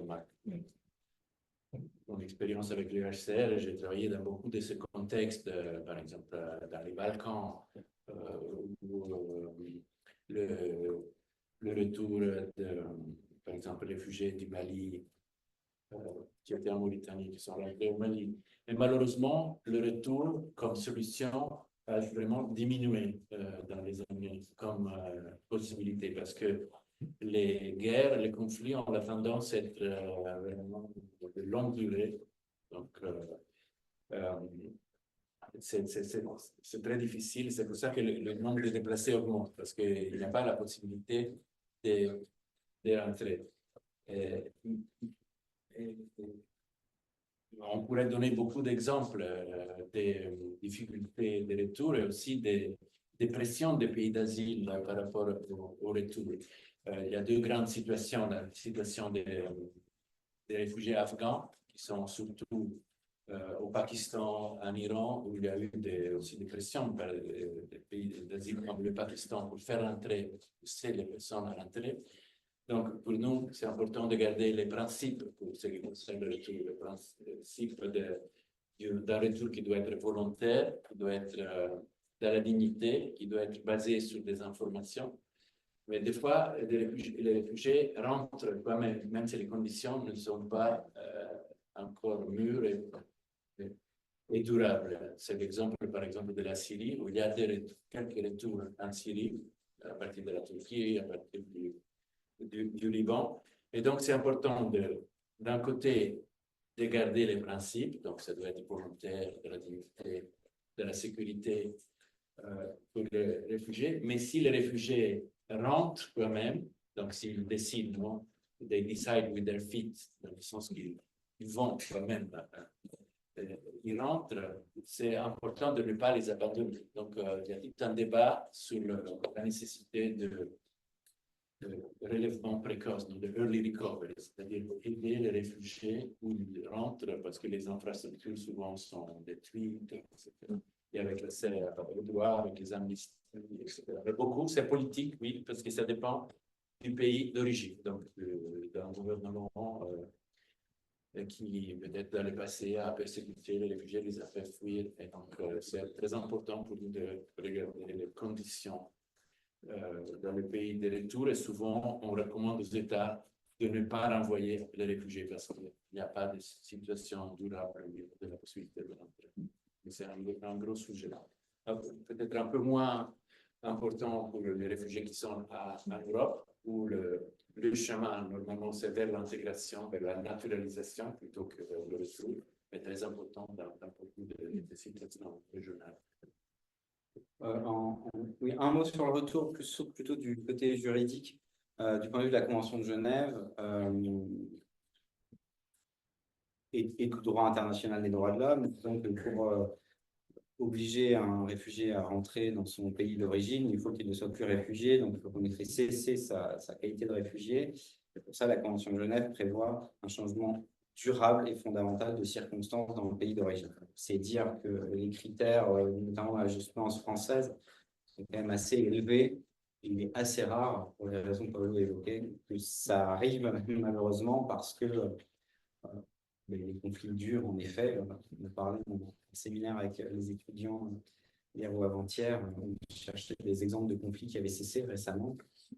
Pas des tonnes d'exemples. Une fois qu'on a dit au Karabakh, où ça s'est un petit peu stabilisé, et encore, on peut discuter, c'est vraiment compliqué. Donc, c'est très rare que ces conditions de changement fondamental soient remplies. Pour répondre à Tano Aka, par ailleurs, sur la réforme du DIP, bon, c'est un petit peu ce qu'on dit de manière latente, c'est-à-dire que à bas bruit, oui, c'est une évolution du droit international, alors peut-être pas encore positif pour l'instant de la soft law.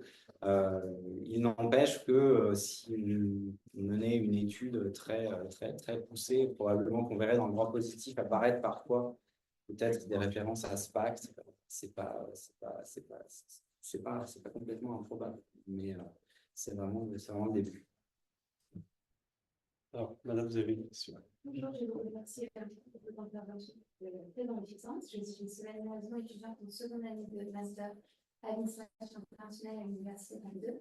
Alors, vous avez parlé du pacte migration, du pacte réfugiés. Est-ce que c'est un pacte pour les apatrides?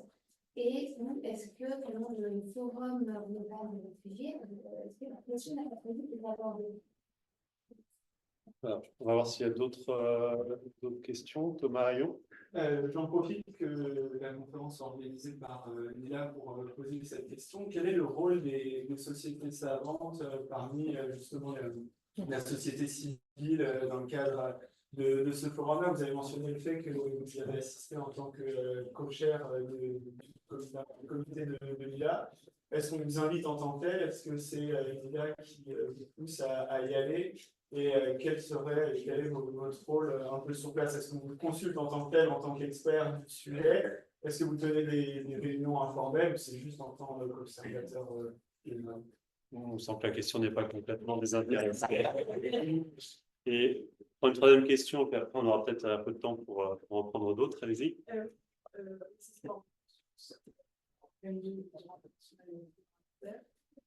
C'est une question assez naïve, en fait, c'est par rapport aux acteurs.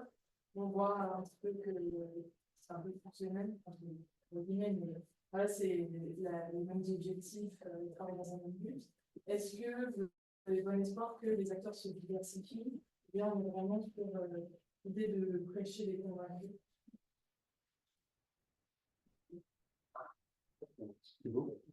Oui, bien sur les apatrides, il n'y a pas de. Là, il y a du droit positif pour les apatrides. Il y a deux conventions, 1954 et 1961.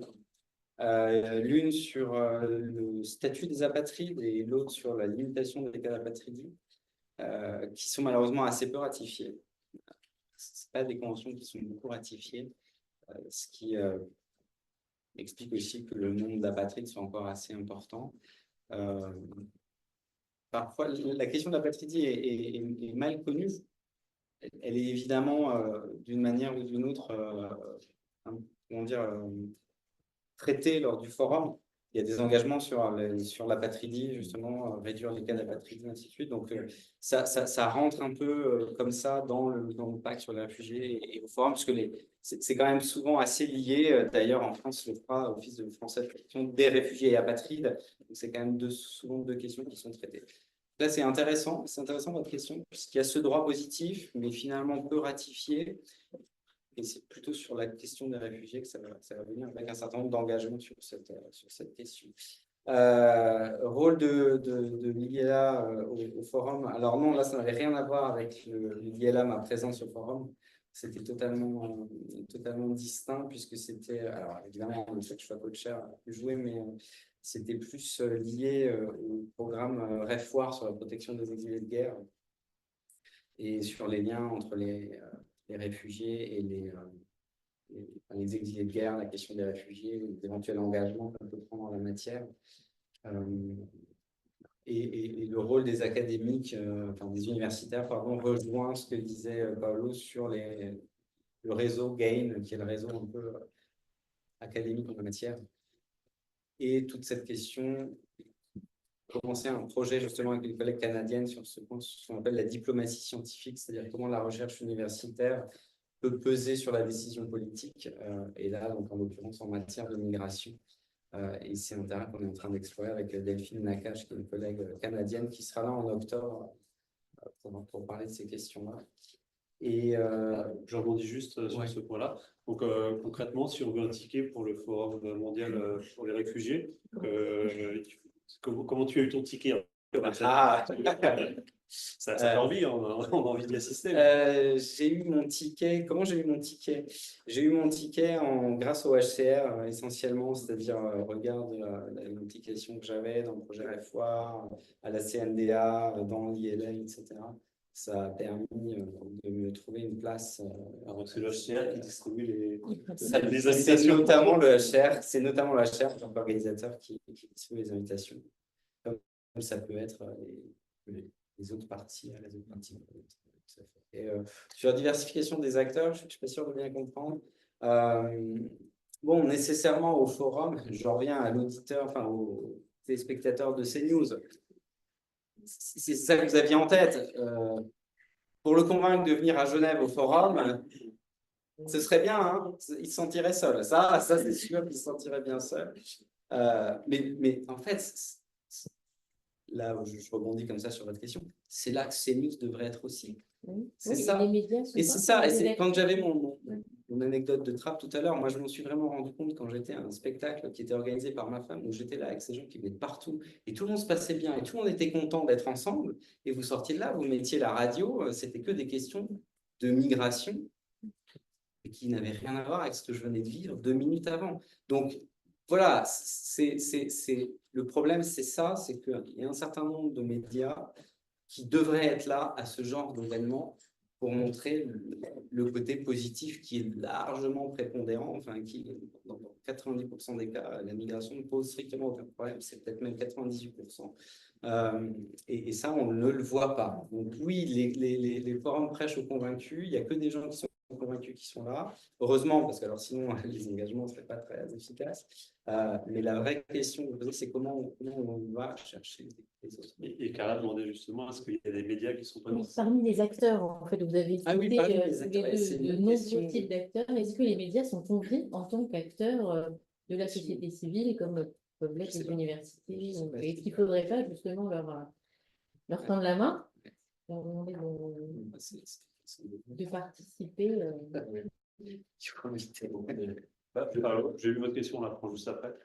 Oui, donc pour la question des apatrides, on l'a déjà dit sur le cadre juridique, et les sujets sont liés, et le HCR a un mandat pour les réfugiés, mais aussi pour les apatrides. C'est vrai que l'apatridie n'a pas un rôle prominent dans le texte du pacte, mais quand même, on a essayé de profiter du forum, par exemple, pour pousser certaines solutions. Par exemple, dans le cas de la France a bien ratifié la convention du 54 sur le statut des réfugiés, et il y a la procédure OFPRA. Donc, c'est un exemple les autres pays, mais n'a pas ratifié la Convention de 1961. Donc, on n'a pas manqué de dire à quelle belle occasion le forum pour aussi ratifier la Convention de 61. Donc, on a l'espoir que ça sera ratifié. Mais on a des campagnes et des initiatives séparées aussi pour l'éradication de la patrie. Une campagne notamment qui prend fin en 2024, sur laquelle on va mesurer aussi le progrès et la diminution des apatrides et de la législation qui a été adoptée en faveur des apatrides ou pour l'élimination de l'apatridie. Après, pour la diversification, oui, c'est l'idée du forum d'impliquer tout le monde. Et, par exemple, tous les pays sont invités, des pays qui sont d'origine, qui sont de transit, qui sont d'asile, qui sont plus ou moins favorables à la question des réfugiés. Tout le monde est là. Après, naturellement, il y a aussi des dynamiques au sein du gouvernement. Par exemple, le ministère des Affaires étrangères qui ont un rôle très important dans le forum. Et donc, c'est très important la coordination interministérielle, par exemple, sur le ministère de l'Intérieur, qui ont un rôle concret par rapport aux réfugiés dans le pays d'asile. Donc, c'est important la coordination des différents ministères. Et pour aller au forum, il y avait différentes méthodes. Soit la régulière. Oui, soit on était invité parce que, voilà, pour les réfugiés, on pouvait, nous aussi, sur la base des demandes de réfugiés, signaler des réfugiés particulièrement engagés. Sinon, les académiciens, le réseau des villes pouvaient inviter, mais les États pouvaient arriver avec des délégations sans des limites de nombre. Il y avait deux possibilités, d'être invité autant qu'académicien, réfugiés, ville, secteur privé, ça dépendait aussi des engagements. Vous voulez venir, mais est-ce que vous voulez prendre des engagements? Voilà, c'était aussi pour pousser pour des engagements. Mais sinon, il y avait, et je connais des pays qui arrivaient avec des avions pleins de délégués, parce qu'il n'y avait pas de limite de la participation. Donc, il y avait différentes façons, mais avec des problèmes d'espace aussi, parce qu'on est vite à 4000 personnes. Tu disais que tu faisais partie de la délégation française.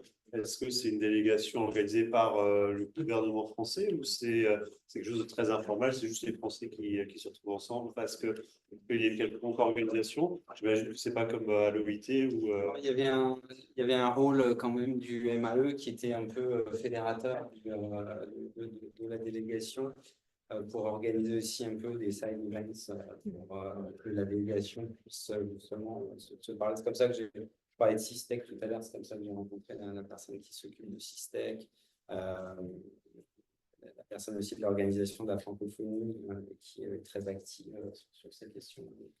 Eux étaient assez moteurs dans la délégation, dans l'organisation. Sûr. Oui, je m'appelle Lucien Pardi, je suis étudiant en Master 2 droit international public ici à la SAS. Et je me posais la question, quand vous aviez parlé de toute la question de la désinformation, et en particulier avec l'extrême droite aujourd'hui qui prend un peu possession de l'Europe, je regardais les positions de beaucoup de députés, notamment de droite, par exemple le nouveau Premier ministre Michel Barnier, qui veut sortir des CJUE, qui reproche finalement à la CEDH de poser des limites au nouveau projet de gestion migratoire. Et je me demandais, alors même que les CJUE, les CEDH incarnent une forme de hard law, de vrai droit dur, est-ce que proposer un soft law pour résoudre ces questions face à une Europe qui finit par remettre même en cause le hard law sur les questions de protection des droits de l'homme, c'est pas, disons, un peu utopique? Et est-ce que vous avez finalement de l'espoir sur une forme de construction progressive d'un hard law sur cette base de soft law, ou est-ce que vous n'êtes pas finalement inquiet que ce soft law soit finalement déconstruit? Enfin, moi, je suis inquiet sur ces questions-là. Et est-ce que vous réussissez à garder un peu d'espoir sur l'avenir justement de cette soft law qui pourrait aider cette cause? Alors, on prend un lot de questions, je pense que ce seront les dernières. Madame. Je suis aussi en master 2 pour international public ici à Assas. Je me posais la question, c'est pour revenir un peu tardivement sur ce qu'avait dit Mme Cassella sur le suivi des engagements. je me demandais quelle place exactement le HCR dans la mise en œuvre des engagements. Est-ce que, par exemple, quand ce sont les États qui s'engagent, est-ce qu'il y a une aide fournie par le HCR, comme par exemple à l'OMS, les États s'engagent dans une réduction chaque année, mais l'OMS derrière les aide à mettre en œuvre ces résolutions, et chaque année, un suivi est effectué, et le directeur général produit un rapport, et permet aussi, en quelque sorte, de mettre la pression sur les États, parce que chaque année, tous les 2 ans, on leur demande où entreprise de leurs efforts, mais ils ne sont pas laissés seuls face à ces demandes. Je me demandais quelle était la place du HCR exactement, étant donné qu'il avait plus ou moins une place de secrétariat Alors, est-ce qu'il y a une dernière question, le moment ou jamais? On a parlé de la question du retour des réfugiés. J'ai une question, elle est peut-être un peu prospective, mais est-ce qu'il y a des réflexions au niveau du Forum mondial sur la possibilité d'avoir des statuts de réfugiés permanents? Je pense notamment, alors, en parlant dans les conditions de réfugiés, mais à des situations en fait, qui ne doivent pas être remédiées, par exemple l'idée climatique qui peut prendre des populations et du coup entraînerait des déplacements qui n'impliqueraient pas une possibilité de retour. Bien, eh bien, nous avons nos questions finales et vos réponses finales. Paolo? Oui, donc, vaste question sur à la fois l'importance du travail des cours internationaux pour avancer, pour interpréter, pour ce qui concerne les violations des droits de l'homme et des droits des réfugiés, parce qu'il y a une complémentarité des droits de l'homme et des droits des réfugiés. Et oui, il y a certainement cet effort n'est pas au niveau juridique de law enforcement, mais plutôt de montrer que le problème de la migration, que ce soit de droite ou de gauche, sont compliqués et des déplacements forcés. Et donc, le problème peut être résolu seulement de façon complexe. Il n'y a pas de solution magique. Et surtout, un pays seul ou un acteur seul ne peut pas trouver des solutions. Donc, c'est essayer d'aller au-delà du juridique et aussi du politique d'une certaine façon. Mais je comprends que le climat politique et les informations qui l'accompagnent, conditions et rendent beaucoup plus difficile l'accès au droit pour les réfugiés et enferment souvent les pays et rend difficile l'accès au territoire. Ça suffit d'aller très près dans le nord de la France où il y a une augmentation de morts par rapport aux personnes qui essaient de traverser la Manche. Donc, il y a des personnes qui sont des Soudanais, des Érythréens, des Afghans, des Syriens. Et donc, le problème à Calais, d'une certaine façon, ne pourrait être résolu que plus en amont. Qu'est-ce qu'on a fait pour ces Soudanais, ces Syriens avant? Est-ce qu'ils avaient des voies légales? Est-ce qu'il y avait des possibilités de réunification familiale, etc. Ça montre que les problèmes sont complexes et donc la politique n'a pas d'alternative qu'essayer de les résoudre avec tous les acteurs. C'est facile à dire. Difficile à mettre en pratique. Après, pour le rôle du HCR, oui, c'est un rôle d'accompagnement, de facilitation. Il y a les experts du HCR dans chaque domaine qui ont accompagné le processus de formulation des engagements. Par exemple, il y a l'engagement de la France pour les femmes déplacées. Il y a aussi des engagements tout ce qui concerne la protection des femmes contre la violence sexuelle. On a essayé aussi de trouver la complémentarité, la cohérence entre différentes initiatives. Et on accompagne les acteurs étatiques, mais aussi et surtout non étatiques, les 3 quarts non étatiques pour la formulation et les suivis. Certainement, on a ce rôle un peu technique d'accompagnement. Et pour ce qui concerne le statut permanent, parce que les situations continuent, les crises pendant des années et des années. Notre plaidoyer est vers pas un statut permanent des réfugiés, mais plutôt pour passer du statut de réfugié à une intégration complète, une inclusion juridique, une protection juridique et sociale de la personne à travers la naturalisation, par exemple, l'accès à la nationalité des pays d'asile. Après 5 ans, 3 ans, 10 ans, ça dépend aussi des pays. La personne devrait avoir la possibilité de s'installer de façon durable, ce qui n'est pas possible dans plusieurs pays. Et voilà. La situation des réfugiés devrait être temporaire et porter à des solutions. Malheureusement, il y a des générations de réfugiés qui sont nés dans les camps de réfugiés, qui ont des enfants dans les camps de réfugiés, etc.